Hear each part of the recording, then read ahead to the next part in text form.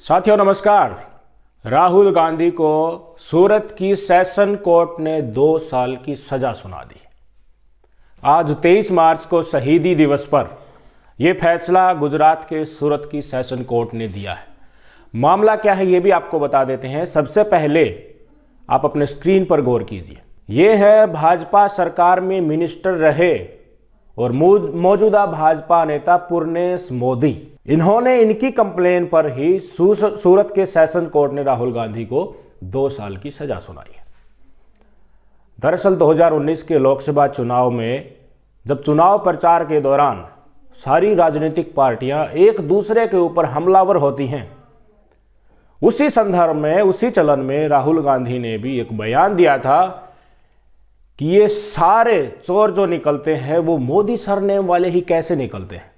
कर्नाटक में उनका ये भाषण हुआ था, एक रैली के दौरान उन्होंने जनसंबंधों के दौरान ये लफ्ज राहुल गांधी ने कहे थे। अब सूरत की सेशन कोर्ट ने पुरनेश मोदी जो भाजपा नेता है उनकी शिकायत पर 2019 से सुनवाई होती चली आ रही थी और आज 2023 में राहुल गांधी को 2 वर्ष की ये सजा सुनाई है। अब इसके मायने क्या है ये जान लीजिए। सीधी और पहली बात ये कि अगर कोर्ट में कोई मामला जाएगा तो कोर्ट उसका संज्ञान लेगा और संज्ञान लेने के बाद सजा का प्रावधान होगा तो सजा भी सुनाएगा। इसके ऊपर कोर्ट का पक्षपात या नए पक्षपात रवैये के ऊपर डिस्कस करना कोई भी फायदे की बात है नहीं। मतलब अब निकल कर आता है कि भारतीय जनता पार्टी के नेता जिस तरह से एक एक बात को पकड़कर विपक्ष को टारगेट कर रहे हैं, तो क्या भारतीय जनता पार्टी राजनीति की नैतिकता को सुधारने में लगी है? एक वक्त के लिए आप सोच सकते हैं, क्योंकि अगर इस तरह से पॉलिटिकल कैंपेन्स में जो ओपोजिशन पार्टी के जो विपक्ष में जो पार्टी है उसके ऊपर जो अटैक बोले जाते हैं उनको लेकर एक एक बात को पकड़कर अगर कंप्लेन की गई तो किसी को भी सजा हो सकती है। नरेंद्र मोदी साहब को भी सजा हो सकती है कि उन्होंने कहा था 50 करोड़ की गर्लफ्रेंड, कांग्रेस की विधवा, उन्होंने कैसे कैसे शब्द यूज किए हैं। भाजपा नेता ने तो कांग्रेस के लिए ऐसे शब्दों का प्रयोग किया है, अगर कांग्रेस आज सबको रिकॉर्ड में लेकर एफआईआर दर्ज कराती है तो मानहानि के केस में ज्यादातर भाजपा नेता को यही 2 साल की सजा हो सकती है। गांधी परिवार को सरेआम ये कहना कि गांधी परिवार देशद्रोही है, जबकि गांधी परिवार के 2 प्रधानमंत्रियों ने इस देश के लिए जान दी है, तो क्या ये मानहानि का केस नहीं है? राहुल गांधी ने जो कहा उसकी हम प्रशंसा या फेवर नहीं कर रहे हैं या उसको प्रोटेक्ट नहीं कर रहे हैं। उन्होंने कहा था कि सारे मोदी सरनेम वाले ही आखिरकार चोर क्यों निकलते हैं, इसका कंडेम होना चाहिए। पर क्या नैतिकता भारतीय जनता पार्टी ही सबको सिखाएगी? अगर आज के रिकॉर्ड में आप सारे केस विपक्षी पार्टियों के ऊपर आक्रमण को लेकर उठाएंगे तो कहीं ना कहीं भारतीय जनता पार्टी के नेताओं की जुबान इतनी गंदी है जो आज तक राजनीतिक इतिहास में देखने को नहीं मिली होगी। दीदी ओ दीदी वाला बयान सुना होगा आपने, किसी और की ही क्यों बात करें, मोदी साहब की बात कर लेते हैं। तो क्या एक महिला का ही अपमान नहीं है? वो तो चलिए मोदी सरनेम के मोदी कम्युनिटी का ही अपमान था। दीदी ओ दीदी कह के एक मुख्यमंत्री का, महिला मुख्यमंत्री का यह अपमान नहीं है? एक महिला कम्युनिटी का यह अपमान नहीं है? भारतीय जनता पार्टी के नेताओं की ही बात कर लीजिए। टीएमसी सांसद महुआ मोइत्रा और एक विपक्ष की है विधायक है, दीपिका उनका नाम है, उन्होंने निशिकांत दुबे जो है भारतीय जनता पार्टी के नेता हैं, संसद में आखिरकार आपको हर बार देख जाते होंगे, रूल बुक लेकर वो नाचते रहते हैं। उन्होंने पता है क्या कमेंट किया था इन दोनों महिला नेताओं पर? वैशाली की नगर वधू, एक पूरी महिला कम्युनिटी को शर्मसार भारतीय जनता पार्टी के नेताओं ने किया था। ये तो ताजा ही उदाहरण है। राजनीति में अगर आप एक दूसरे पर आक्रमण के चलते गंदी जुबान से जो कमेंट किए जाते हैं उनको रिकॉर्ड उठाकर देखोगे तो भारतीय जनता पार्टी के नेता टॉप पर हैं। तो अगर ये राहुल गांधी को 2 साल की ये सजा हुई है, इसको लेकर पुरनेश मोदी ने जो कंप्लेन की गई थी वो उसको आप ये नहीं कह सकते कि वो एक नैतिकता की राजनीति करने के लिए कदम है। खुद भारतीय जनता पार्टी के ही नेता इस देश में राजनीति करने का एक गंदा से गंदा कदम जो होता है उसको उठाने पे भी नहीं हिचकिचाते हैं। अब देखिए, भारतीय जनता पार्टी की तो नेता थी जिन्होंने प्रॉफेट मोहम्मद को कितनी भद्दी गाली दी थी। बीजेपी के ही तो नेता हैं टी.ए. राजा, जो सरेआम मुसलमानों के बारे में कितनी भद्दी भद्दी बातें करते हैं। ज़्यादा दूर ही मत जाइए, इस नेतृत्व की, भाजपा नेतृत्व की ही बात कर लेते हैं, भाजपा सरकार की ही बात कर लेते हैं। बिल्किस बानो के अपराधियों को समय से पहले, वो भी एक पवित्र दिन में रिहा कर दिया गया था। बताइए, बलात्कारियों को रिहा कर दिया गया। तो भारतीय जनता पार्टी की नैतिकता कहाँ है? छोटे से लेकर छोटे और बड़े से बड़े नेता तक बेशर्मों से भरी हुई ये पार्टी है। ज़्यादा दूर ही नहीं जाते, अभी मेघालय का उदाहरण लीजिए। पूर्वोत्तर में 3 राज्यों में चुनाव हुए हैं, उसमें अमित शाह जी क्या कह रहे थे कि देश के सबसे भ्रष्ट सरकार मेघालय की सरकार है, और उसी सरकार के साथ अब इन्होंने सरकार बना ली है, उसी मेघालय की पार्टी के साथ, जिसको ऊपर वो चुनावी प्रचार में वो टारगेट कर रहे थे। क्योंकि चुनावी प्रचार का ही तो राहुल गांधी का भी केस है, तो क्यों ना अमित शाह साहब के पास भी इनके खिलाफ भी विपक्षी पार्टियों ने FIR दर्ज करानी चाहिए और इनको सजा दिलानी चाहिए। क्योंकि जिस पार्टी के खिलाफ चुनाव प्रचार में ये ऐसी शब्दावली का इस्तेमाल कर रहे थे कि देश की सबसे भ्रष्ट सरकार मेघालय की सरकार है, और उसी पार्टी के साथ चुनाव में अगर इनको कम सीटें मिलती हैं तो उनके साथ गठबंधन करके सरकार बना लेते हैं, और मोदी साहब खुद वहाँ के CM साहब के शपथ ग्रहण समारोह में पहुँच जाते हैं।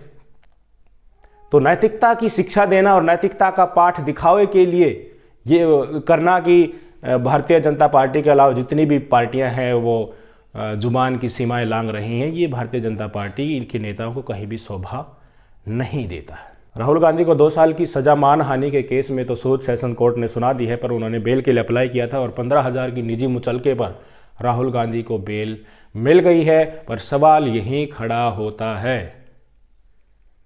कि अगर कोई भी नया काम होता है, कोई भी अरेस्ट होती है, किसी भी, मान लीजिए इसको आप एक राजनीतिक सुधार के तरीके से ही देख रहे हैं कि राहुल गांधी को ऐसा नहीं करना चाहिए था, तो उसकी शुरुआत विपक्ष से ही क्यों होती है? भाजपा सांसद निशिकांत दुबे को उसने तो पूरी महिला समाज का अपमान किया है। उनके खिलाफ अगर विपक्ष केस लेकर पहुंचेगा कोर्ट में तो उनकी सजा तो पक्की है कि उन्होंने इस शब्दावली का इस्तेमाल किया है जो पूरी नारी समाज को अपमानित करता है।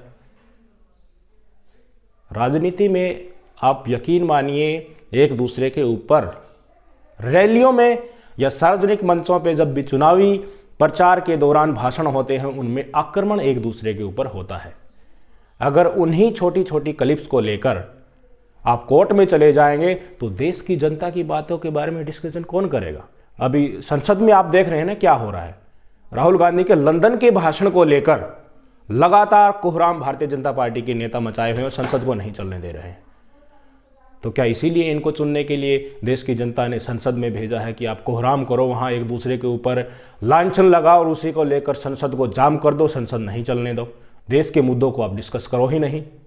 महंगाई, बेरोजगारी, स्वास्थ्य सुविधाएं, शिक्षा सुविधाएं, इनके ऊपर डिस्कशन करने के लिए समय नहीं है आपके पास। और राहुल गांधी के भाषण की एक क्लिप को लेकर आप लगातार संसद को चलने नहीं देना। कितने दिन हो गए? भारतीय जनता पार्टी का ये सरेआम छिछोरापन है। छिछोरेपन को छोड़कर उन्हें प्रैक्टिकल राजनीति करना सीखना चाहिए।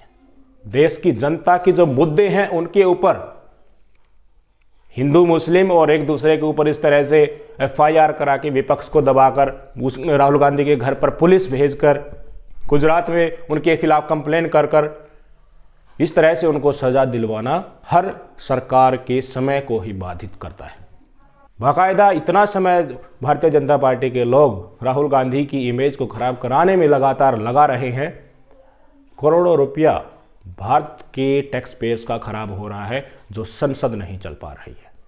आज सीखना होगा सभी राजनीतिक पार्टियों को कि एक दूसरे के ऊपर जब लांछन चुनाव में लगाए जाते हैं, होता है ये प्रैक्टिकल होता है कि सीमा कोई ना कोई लांघ जाता है, बोलते बोलते कोई ना कोई। भारतीय जनता पार्टी के किसी भी नेता को आप उठा लीजिए, उनके भाषण में ऐसी बातें निकल ही पाएंगी। ज़्यादा पीछे नहीं, पवन खेड़ा का ही एग्जाम्पल ले लीजिए। उन्होंने क्या कहा था? उनकी जुबान फिसली थी, उन्होंने कहा था, कहना तो उनको था कि नरेंद्र दामोदर दास मोदी और क्या कह दिया, नरेंद्र अडानी दास मोदी उनकी जुबान से निकल गया। इसी को चलते असम से पुलिस दिल्ली आती है और जहाज में बैठे हुए पवन खेड़ा को उतार कर गिरफ्तार करने के लिए ले जाती है। वो तो सुप्रीम कोर्ट का भला हो कि उन्होंने जमानत दे दी और असम पुलिस को खाली हाथ लौटना पड़ा। अब कल का ही उदाहरण लीजिए, दिल्ली में ये पोस्टर जगह जगह पर चस्पा किए गए थे, मोदी हटाओ देश बचाओ। 100 से ज़्यादा FIR अब तक इनके ऊपर, इस पोस्टर लगवाने वालों के ऊपर हो चुकी हैं, 100 से ज़्यादा FIR। तो क्या सच्चाई से इतना डर लगता है?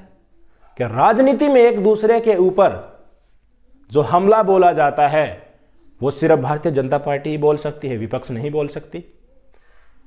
क्योंकि खुद भारतीय जनता पार्टी ने 2013-14 में जब वो चुनाव प्रचार कर रहे थे, उसमें कांग्रेस हटाओ देश बचाओ के नारे जगह जगह लगाए थे। ये सिद्ध करता है कि भारतीय जनता पार्टी को विरोध पसंद नहीं है, और विरोध और आलोचना लोकतंत्र में जिसको पसंद नहीं, वो एक लोकतांत्रिक देश की पहचान नहीं हो सकता, वो एक लोकतांत्रिक नेता होने का दावा नहीं कर सकता।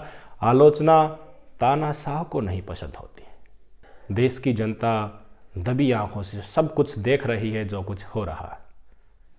कल को अगर जनता भी अपने हकों की आवाज़ के लिए सड़क पर आ जाती है तो हमें ये नहीं भूलना चाहिए कि हमारे ऊपर भी ऐसे इल्ज़ाम और ऐसी कानूनी धाराएं लगाकर हमें जेल में सड़ने के लिए मजबूर ये सरकार कर सकती है। क्योंकि आलोचना अगर आप सरकार की कर रहे हैं तो अपने हकों के लिए कर रहे हो, या सरकार को डिफेम करने के लिए कर रहे हो। जायज़ तरीके से अगर आप सरकार की आलोचना फैक्ट्स के साथ कर रहे हैं तो वो भी सरकार को मंजूर नहीं होगी और आपको सलाखों को पीछे सालों सालों तक सड़ना पड़ सकता है।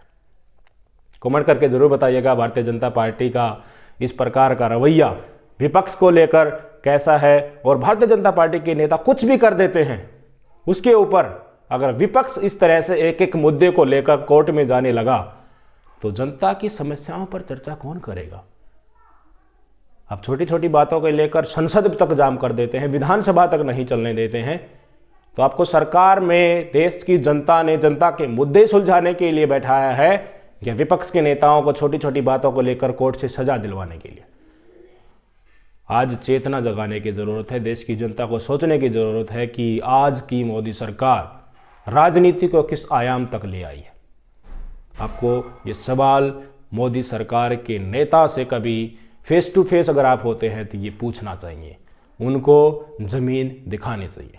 नमस्कार।